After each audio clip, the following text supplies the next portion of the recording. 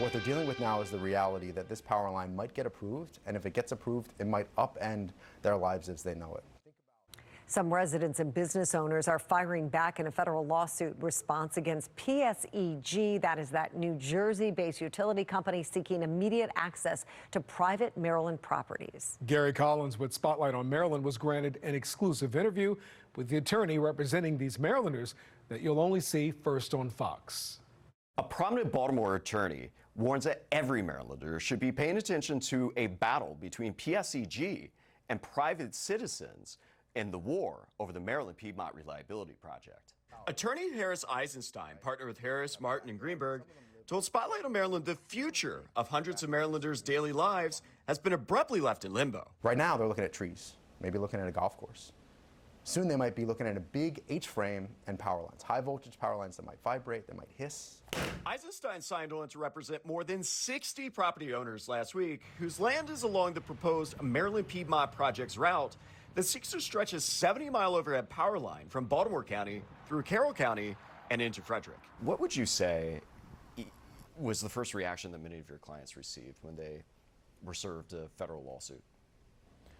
Shock, frustration, confusion, and most of these landowners did not know what was coming and were scared because they get a packet of paper. I mean, we're talking about 1,000+ pages on their doorstep, most of them on a Monday morning, and they have a couple of days to respond. In the lawsuit PSEG filed, the utility company says it is seeking to gain access to more than 90 properties after owners allegedly denied their contractors the ability to conduct surveys and appraisals. In the eminent domain sphere, almost always it's the little man against the big guy, right? David versus Goliath.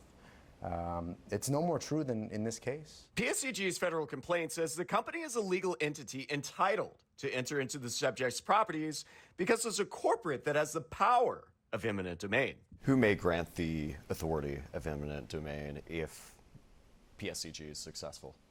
It would be the Public Service Commission. That is the entity that that issues authority here in the state of Maryland for transmission line projects.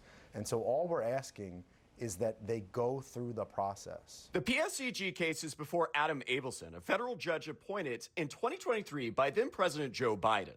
Federal Election Commission records show that Judge Abelson was a routine donor to several Maryland Democrats, including Comptroller Brooke Learman, State Senator Mary Washington, and Governor Wes Moore. Yeah, I think we have a very real challenge in the way that the process has happened, just across the board. This is a nationwide issue.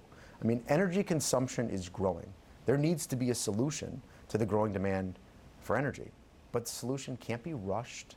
It can't be drastic, and it can't destroy people's private property. Attorney Eisenstein said that PSEG, a private company, cannot arbitrarily get access to private property because only the state government can grant eminent domain. I'm Gary Collins with Spotlight on Maryland.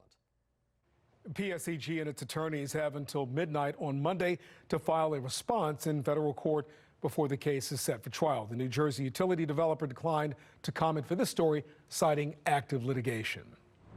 I'm Mary Bubala. Thank you for watching. Here's another video for you to watch. Also take some time to subscribe to our YouTube channel.